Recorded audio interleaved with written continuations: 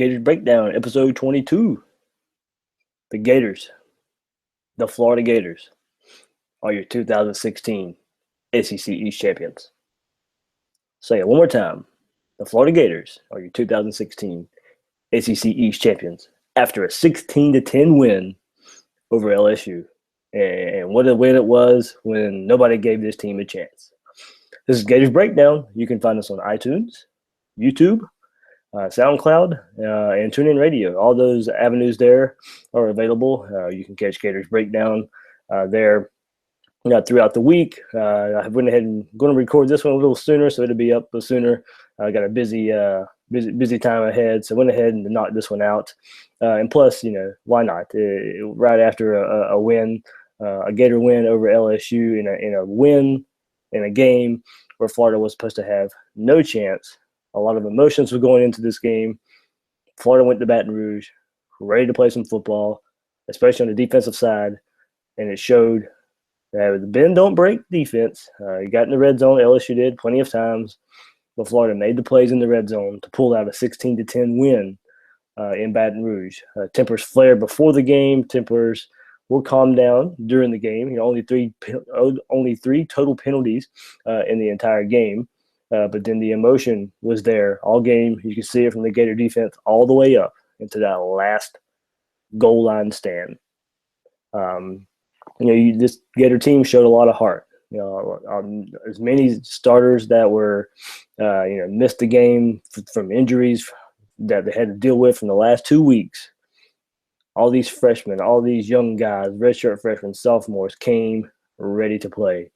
I mentioned LSU helped them a little bit, but Florida shot themselves in the foot, with a little bit of play calling. Florida's going into the end zone, running the ball down LSU's throat, and inexplicably called a toss play that gets fumbled. So Florida pounds the rock there. They go up by 2 scores there and make LSU fight back. But I thought for the most part the play calling was safe. Against a very good LSU defense that didn't leave a lot open down the field. Both secondaries lived up to their DBU status. There was not a lot of plays there down the field. Florida, of course, had their big 98-yard one from Appleby to Cleveland. And, that basically was the difference on the offensive side of the ball for this Gator team. And, of course, Jordan Scarlett with his. But we'll get the stats later. I was just trying to overall feel of the game. I think, Florida, way to respond after LSU jumped up 7-0.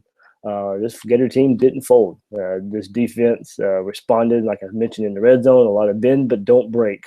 Kind of reminded me of Jeff Collins' days at Mississippi State, when he didn't really have the talent there, but they were very opportunistic, and in the red zone really clamped down. That's kind of what he brought to this game for this Gator defense. Danny Etling had a lot of time to throw on a majority of his passes, as Florida didn't want to be too aggressive on defense, and because they, when in turn, if they were going to be aggressive a lot, that was going to leave a lot open for the LSU run game. So as I mentioned, the bend don't break. It was in pretty much all aspects of the defense. LSU could have got. If Florida was going to be very aggressive on defense, LSU probably could have busted a couple of those run plays, because if Florida was going to stack the box so much and try and get upfield, once LSU would have gotten past the first, second level, they would have been gone. So I think Collins gets a lot of credit for, stopping the big play. And I even mentioned that in last week's podcast and last week in my radio appearances, that what Florida couldn't do is what beat Florida last year in this game, and that was give up the big play. There were not a lot of big plays given up by this Florida defense. The biggest play on the last drive for LSU in a long pass, I think it was 36-yard pass for LSU, the defender fell down for Florida. The DB fell down. So, that, of course, kept ratcheting up that final drive for LSU. But Florida found a way.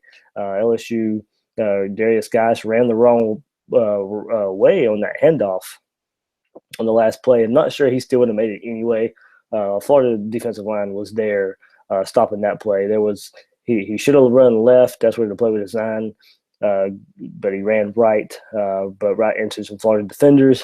He stretched. I think he ended up fumbling, but it didn't matter as the Gators stopped him on that 4th and goal on the very last play of the game. And with that, You heard me mention the very first thing I mentioned about this. The Florida Gators are your 2016 SEC East champions. They'll play Alabama in 2 weeks for the 25th anniversary of the SEC championship. So was there ever any doubt? Yes, there was. Don't get me wrong. But was there ever any doubt that the SEC championship's 25th anniversary would be Florida versus Alabama?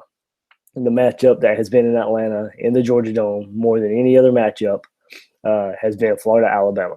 So there you go. You get Florida Alabama again in the 25th anniversary edition of the SEC Championship. Excuse me, my sinuses, my allergies are bothering me. So if you hear the sniffles, that's about what that is. This time of year, it gets to me. So, I mean, we have to go back and just look at, how did we get here? I mean, you have to go back to August. ESPN puts out their best chance to win the SEC East back in August. Tennessee, 57%. Georgia, 30%. Florida was only given a 10% chance to win the SEC East. Well, you know what? That 10% was wrong. That 57% for Tennessee was wrong. That 30% for Georgia was wrong. Florida, Jim McElwain found a way to make it happen again.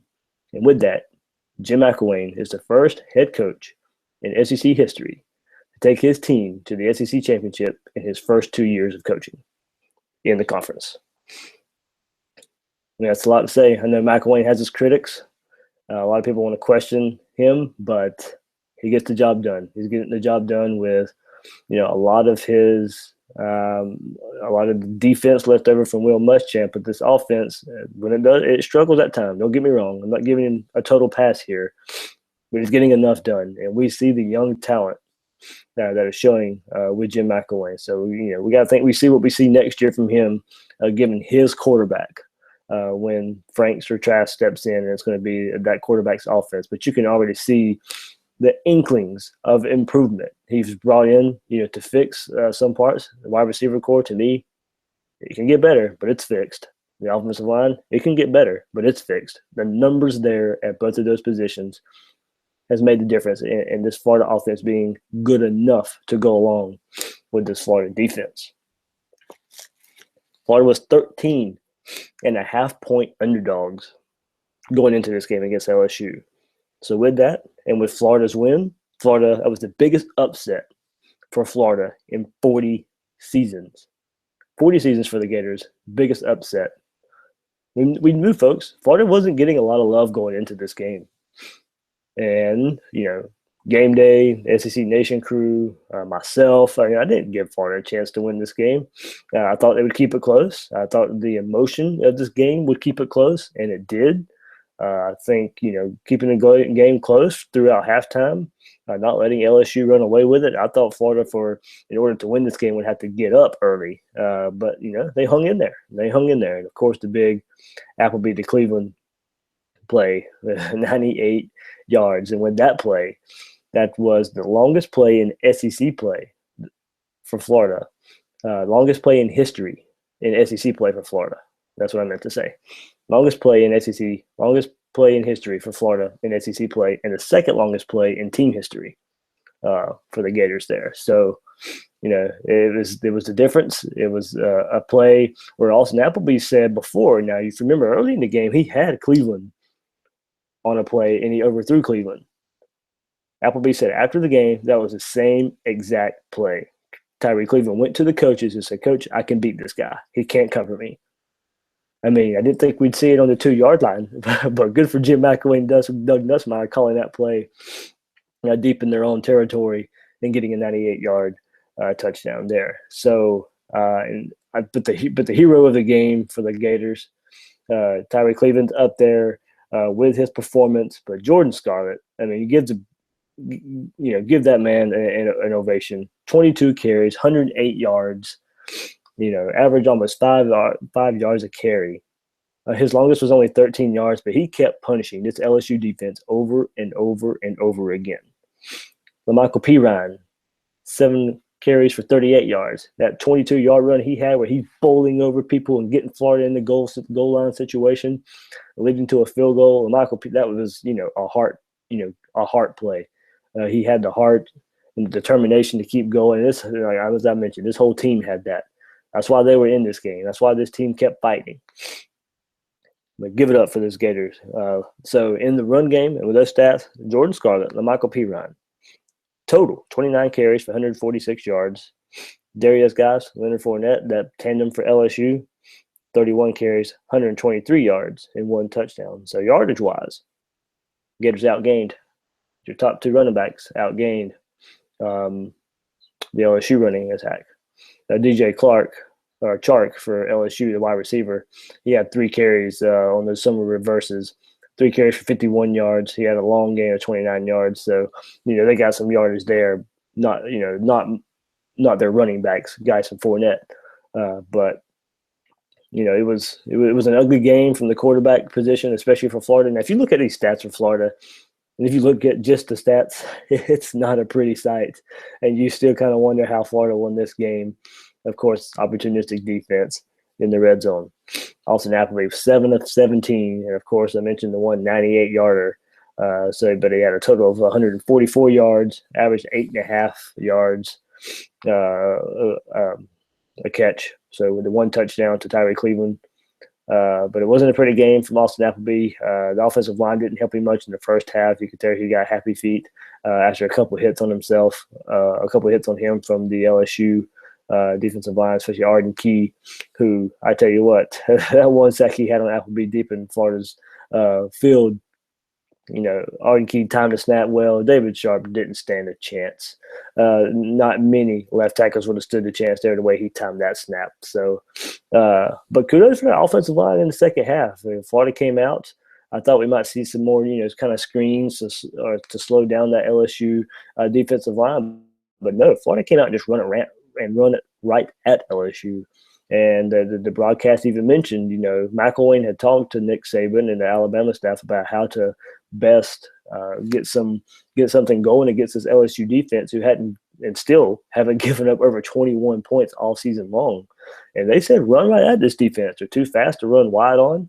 Run right at them. And we saw in the second half when Jordan Scarlett took over, that's exactly what Florida needed to do, and that's exactly what helped them win this game. And I go to the receiving stats for Florida. Tyree Cleveland, 3 catches, 124 yards, and, of course, the 1 touchdown and the 98-yard reception. And he had a big third-down conversion later in the game, too. So that really – Tyree Cleveland is really stepping up. You can see, McElwain's fingerprints on this offense with these young receivers, him and, of course, Antonio Callaway. Only 2 receptions for 12 yards. LSU's defensive secondary really shut down Callaway. So – we got to give it to them there. Like I said, there wasn't a lot in this passing game. I think Florida given up a good bit of more passing yards than I kind of thought they would. 204 yards. Danny Etling was 14 of 25. But no touchdowns, no picks either. But I mentioned how Florida couldn't necessarily pressure him a good bit. And he had all day to throw on a majority of his throws there. So, but as I mentioned, the biggest thing there for Florida was not giving up anything deep.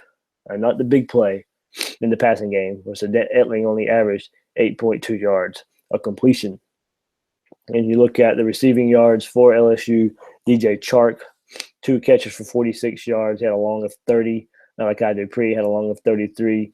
But there's long catches, like I mentioned. It wasn't, they didn't lead to touchdowns, didn't lead to broken plays, kind of like the Tyree Cleveland touchdown. They didn't have, once Florida was there, they made the tackles. They give it up to that Florida secondary. There were more catches on them than I thought there would be. Tabor gave up a couple I didn't think he should. He's got to start playing the ball a little bit better on those 50-50 balls that get thrown toward his way. But I mentioned that Malachi Dupree, 2 catches for 39 yards. One of those was on Tabor. There, Colin Jeter, 2 receptions for 35 yards. Darius Geis took a screen pass early in the game for 29 yards. But Florida, as I mentioned, everything goes to this defense. Not everything. The 1 Tyree Cleveland touchdown. But this but don't break defense really stepped up. Early in the game, after LSU was up 7-0, LSU was going to score again. And Caleb Brantley blows up the offensive line, meets Darius Geis in the backfield, forces a fumble. The Gators recovered there. Later in the game, LSU red zone again. Danny Etling's rolling out, trying to run his way into the end zone. Vashawn Joseph meets him at the goal line, stands him up, throws him or pounds him into the ground near the pylon. I don't think Danny Etling will try to run that way on Vashawn Joseph again. And that led to a missed field goal, a fumbled field goal that LSU was trying for. And I kind of joked, with the way Florida's had some bad luck against Les Miles.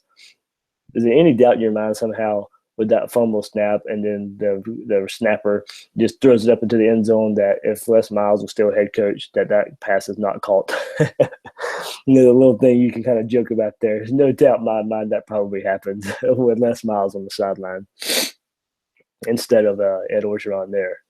But you got to give it up to this defense, standing up in the red zone. It just kept not giving up, and it was no more evident on the last play of the game where that even guys did run the wrong way. Still not sure if there was anything there for him. So total yards, LSU were 423 on this Gators defense, and like I mentioned, they did pretty much what they wanted. They had this Gator defense confused for most of the game, marching up and down the field until they got into the red zone. Their play calling was good, where Etling would have time. Like I mentioned, the Florida defense was more set up to stop the run game and just not giving up the big play. And you could tell with Etling's time to throw, there was some chunk yardage there in the run game, but not a lot given up, not the big run there. So that led with 423 yards for LSU, only 270 for Florida. LSU held the ball for 34-02, 25-58 for Florida. The two turnovers is really helped Florida. Put them in field goal range. It was after Florida scored, they kicked to LSU, and they fumbled a kickoff there in good field position for Florida there. So, as I mentioned, Florida very opportunistic in the turnover game as well. First downs, 23 for LSU and 14 for Florida. I mean, this was the win the Gators needed. This was the signature win for Jim McElwain. I think Jeff Collins as well. A lot of people wanted to question his defensive style going against LSU in this game. And, a lot of people want to complain he plays too much zone. I don't think you can ask for much more than what Collins brings as a defense, especially playing with all these young guys. He's playing right now. Linebacker core is decimated. And now he's playing with David Reese and Kylan Johnson.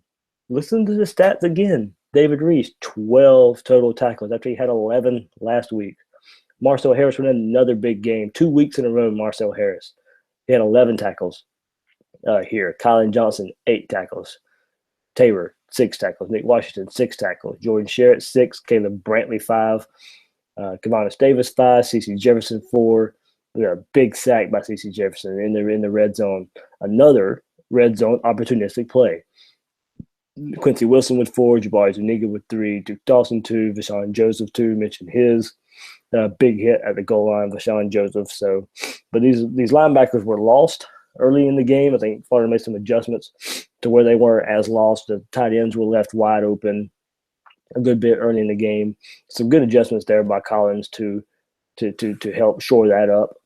But as I mentioned, you got to keep going back to how they just showed up in the red zone. And when you look at these young players who are making plays, Reese, Kylan Johnson, I mean, we really thought, Florida was losing 7, 8 guys off of this defense into next year. Well, it may not be so bad. It may not be,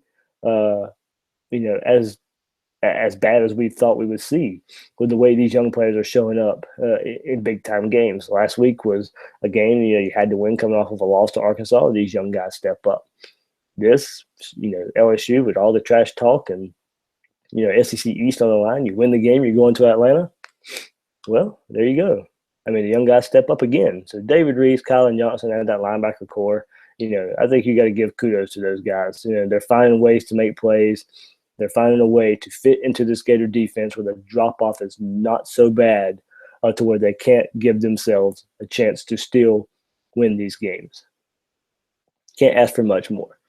So, McElwain, I think after the game, he kind of just let the LSU people have it, and good for him. I don't think anything has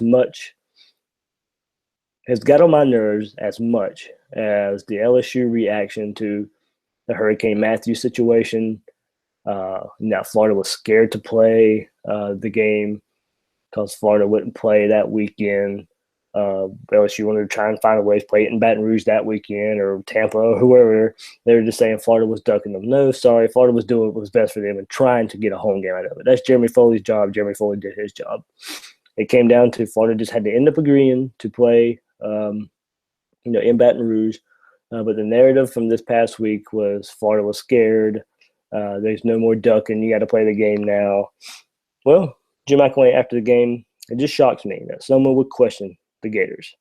The way I look at it, they, as an LSU, got what they deserved. Yes, they did.